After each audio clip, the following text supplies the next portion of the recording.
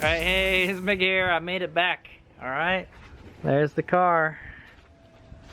Nice, Sue. Alright. So there it is. There's the new registration card. I'm gonna blur it out. Okay, so you can't see my info, but yeah, I paid $237 for this one. Okay, so it's basically, I don't know, it's $150 for the registration. So I must have. We'll go over all the fees and stuff. Actually, that'll be the next video. There'll be a video of like all the costs and stuff that I had to pay to get this thing back on the road. I did pay the registration though. The registration is due like now, so but yeah, the car is good to go, man. It's legal to drive now. Okay, I didn't even need to get a smog check. I got the brand spanking new plates. Okay, it looks sweet. Right, I gotta put my road race engineering license plate frame on. Okay, so there it is. I think all of them have that DMV. Oh, you know what? My Prius doesn't have it. Let me see. Let's check my Prius is a 2006. Yeah, see? So that's something new they added to the license plates. They put the URL for the DMV right here, okay? So this one doesn't have that, okay? So that's something new. I mean, I used to make us like all crazy about like license plates.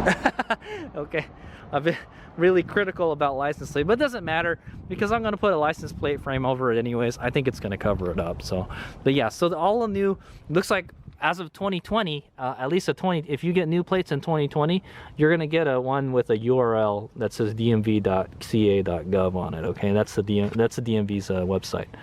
Other than that, it looks the same. It's got the, you know, the cursive California text on it instead of like the stamped text. I kind of like the stamped one better, honestly. But yeah, that's how you know that's the period correct plate. So now we have like a modern plate, okay, 2000s plate. All I can say is, hey, what a joy it was to drive this thing. I only really drive this thing when it's cold, like in the wintertime. All right, so, but hey, I think I did a good job, man. I got $2,800, you know, and then I had to spend some of it to fix the car, but I did the work myself. I probably put around a week's work of time to get it in there. Okay, yeah, so what can I say, man? It's just a joy to drive this car, man. After working on this car so much, I feel like honestly, I feel like I wrench on this car more than I drive it. So I'm gonna try to drive it more once I get it fixed, okay? But I'm not gonna be driving this anymore until I get the wheel alignment done, okay? So that was it. Hopefully the tires didn't get worn out too much with our little drive around town. I don't even know how many miles we drove. We probably drove it already like 30 miles or something. So one more drive, buddy. One more drive and we'll get your wheels straightened out, hopefully. So yeah, that is the next thing to do. We got to get the wheel alignment. Other than that, it should be good to go. We could start working on the body now. Maybe you know, I'm gonna wait till after the new year because like everything just kind of slows down around the holidays. So hopefully everything will be good to go. But man, what I can tell you, man, what a joy it is to drive this car. I really like this car. This is supposed to be like my poor man's Evo is what it is, okay? And actually, I think I would like it better than the Evo, you know, because the interior is better than the Evo. The Evo's interior is just really cheap. It's a freaking economy car interior. This car, the interior in this car is so nice, I'm telling you. It's just this, you know, the quality, the build quality of this car is just excellent, man. I'm telling you, they don't make the cars like this anymore, man.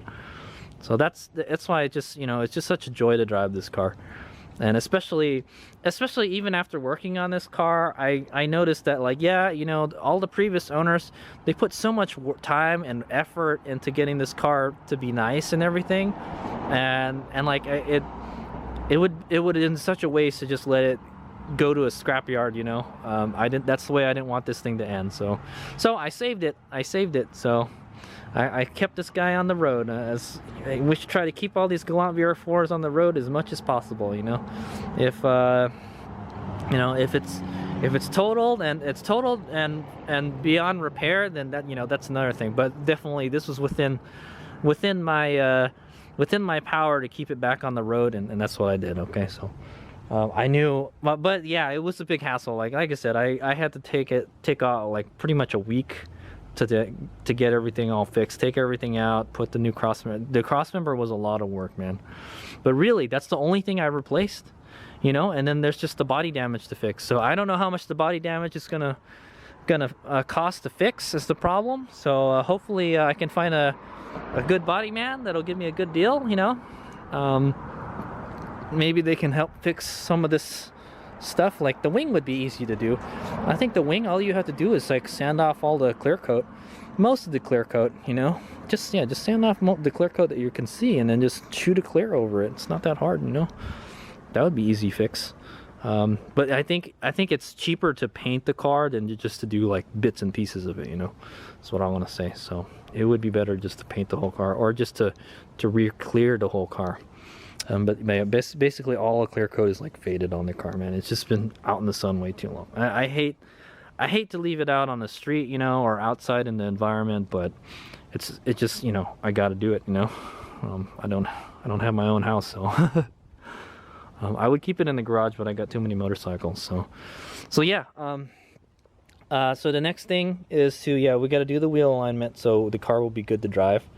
And then honestly, I've been driving it around and it seems fine to me, but I haven't been trying to drive it fast or anything, you know. And then we got to try to fix some of these damages here. I got another gas cap, so we can change this. These are just some minor scratches, though. I bet you we could probably buff. What I'll try to do is try to buff out all this freaking scratches and stuff. This is just, I think this is just paint from another car is what it is. Okay, whatever hit it, you know, it made that mark. It's not, that's not on the paint. So we can rub all that off. We might be able to rub off some of this stuff. It'd be nice if I could find some plastics, you know. But yeah, I mean, this stuff I might be able to just plasti dip it, you know. It is plastic, so you might be able to if we can take these panels off, we can plasti, or I could just plasti dip it just like that. All I'd have to do is just what is it, put tape, you know, mask this, the silver part, and I could even probably polish that. I think that's a metal trim, and then paint over it, you know, with plasti dip. Plasti dip lasts a little while, you know. I did something very similar like that on my Previa, okay, but it doesn't last forever, I'll tell you that. After a while the plasti dip kind of turns into like powder, okay, but yeah, this is what it did on my Previa, see, and actually turned out really good. This used to be just unpainted gray plastic, and it looks a lot better when it was painted. So but as you can see over time, it's just kind of just come off, you know. As long as you don't touch it, plasti dip is fine, you know, if you're not constantly handling it, you know. But you see, this is, somebody hit me here, and then that's all that happens. You could pretty easily, I don't bother to fix this because I'm constantly like pushing stuff on and off my bumper here. So yeah, I'm gonna miss this van when I when I sell it, man, or when I trade it in. And then then we gotta start working on this Eclipse. So Spider-Man's in the back. Spider-Man's in the back there. You can see it. It's kind of funny. Okay, yeah, but anyway, yeah, that's the first time I've actually had to do that, like fix something that somebody crashed into, you know. I've kind of had to do it before, but I've never done it that bad, you know. This wheel was, boom, just pushed straight into there, okay? So I think the next thing we can do is we got to put the dog leg back on, okay? We can pull this stuff out, okay, straight, and I think it'll be okay. All right, we already kind of fixed the scuffs and stuff inside the fender well, so all we got to do is take the wheel off, and then straighten this out, okay, and then put the dog leg back on. We got to find the clips, okay. Yeah, so that'll be the kind of next step in getting this thing fixed. But for now, it is drivable. You can drive it on the road, okay. It is legal to drive on the road. At least it is for another year. When we do the smog, we'll figure it out. There is still a problem with this car. I think it's a coolant temp. I think the coolant temp sensor needs to be replaced because it's taking longer to start the car up when it's cold. I've noticed. You got to crank it a lot, and then it finally fires up. Before it used to just 1-2 cranks and it just fires up, but it doesn't do that. The Eclipse does that, like 2 or depending on how much fuel is in the fuel lines. But But okay, yeah. So so I guess that's it for now. So today, what we did is we finished the registration. We did the verification first, and then I submitted my brake and lamp inspection, the verification, and all the rest of the DMV paperwork. Then they took all that stuff. I don't have it anymore. They took it, and then they gave me a valid registration card, so I can keep that in the car. And then they gave me new license plates. So I had to turn in my old license plates and get my new license plates. Okay, so we got these guys right here. So nice fresh new license plate. Did you know you can get a new license plate for like 20 bucks anyways? Okay, I think I'm not sure. I think you gotta surrender. I think you can order new plates. You can say like, hey, I need a plate and this is my number. You can order a new plate, and then when you get it, you just surrender your old plates. Okay, I think AAA will do it too. They'll also give you new month stickers too. I didn't get a month sticker for the front. Am I supposed to get a month sticker? I don't think you get anything for the front. Let me see. Let me look at these other cars.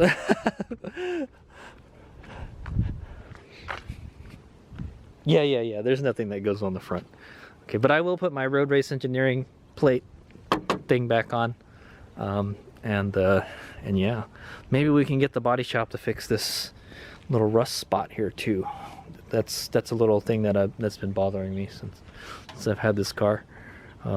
But yeah, man, this car is really nice. It's a real joy to drive, you know. To tell you the truth, man, if I could own an Evo, I would. But the prices for Evos are just skyrocketed once they stopped selling them. It's hard to find an Evo for like not a lot of money. Even a 3000 GT VR4. I thought about, yeah, you know what? I've never had a 3000 GT before. I kind of want one, you know.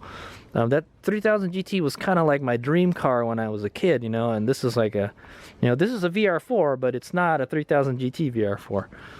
But you know what? I like it. I like it a lot. I feel like we should probably get bigger brakes for it. And we probably could. There's still a little bit more room to put bigger brakes. I feel the car needs better brakes, to tell you the truth, okay? The brakes just aren't adequate for the weight of the car. I do have some 3000 GT VR4 brakes we could put on there, though, so it'll look sweet, and they're red, too, so... But I decided to paint everything black. I think this car just looks sweet, man. I like it. I like it a whole lot. Yeah, if I could just like get the body to be like in pristine shape, just, you know, it'd be great, you know. But yeah, it's an old car, and you know, stuff breaks on it. So, okay, so in the next video clip, what we're gonna do is we're gonna go over the cost analysis, like how much money I spent to get this car back on the road, okay, to see if it was worth it to try to salvage it. And I definitely it is, because the car runs fine, you know, and it still looks okay, you know. There's no really major body damage to it, honestly. It's just a bunch of scratches and stuff. So hopefully we can get these fixed. Yeah, maybe they can paint this whole panel right here. If they could paint this whole panel and then just fix this, I'll be fine. Like, honestly, I don't, you know, I'm fine with the way it looks right now, but we'll try to fix it, okay? But I can't fix it myself. If anybody is in the Bay Area, you know, and is a body man, you know, and loves DSMs and can cut me a deal on fixing this damage here, please let me know, okay? Because I would love to get this thing, you know, beautiful again. Okay, maybe you can help me paint my re-clear my hood. The paint is really bad on this car. I mean, the paint looked great. I'm sure it looked great when it was brand new, but it looks like dookie right now. The paint on my Eclipse looks better than this, okay? For whatever reason, the paint is cracking in a lot of places. There's like a lot of mysterious corrosion going on with this car. This car looks great in certain places, and it looks all rusty and corroded in some other places. It's kind of weird, you know. I have a feeling, like, you know, wherever they drove this, there was a lot of snow and road salt and stuff like that. So, okay, this place doesn't have a whole lot of snow, so yeah, that's what I want to say. But this thing is a joy to drive in the snow, I'll tell you that. It's got the four-wheel drive, you know, it gives you confidence, you know. Definitely, especially in the rain too. So, okay, yeah. So next thing is we got to do a wheel alignment, and the next clip will be cost analysis. We'll go over how much we spent so far. All right, here's we go.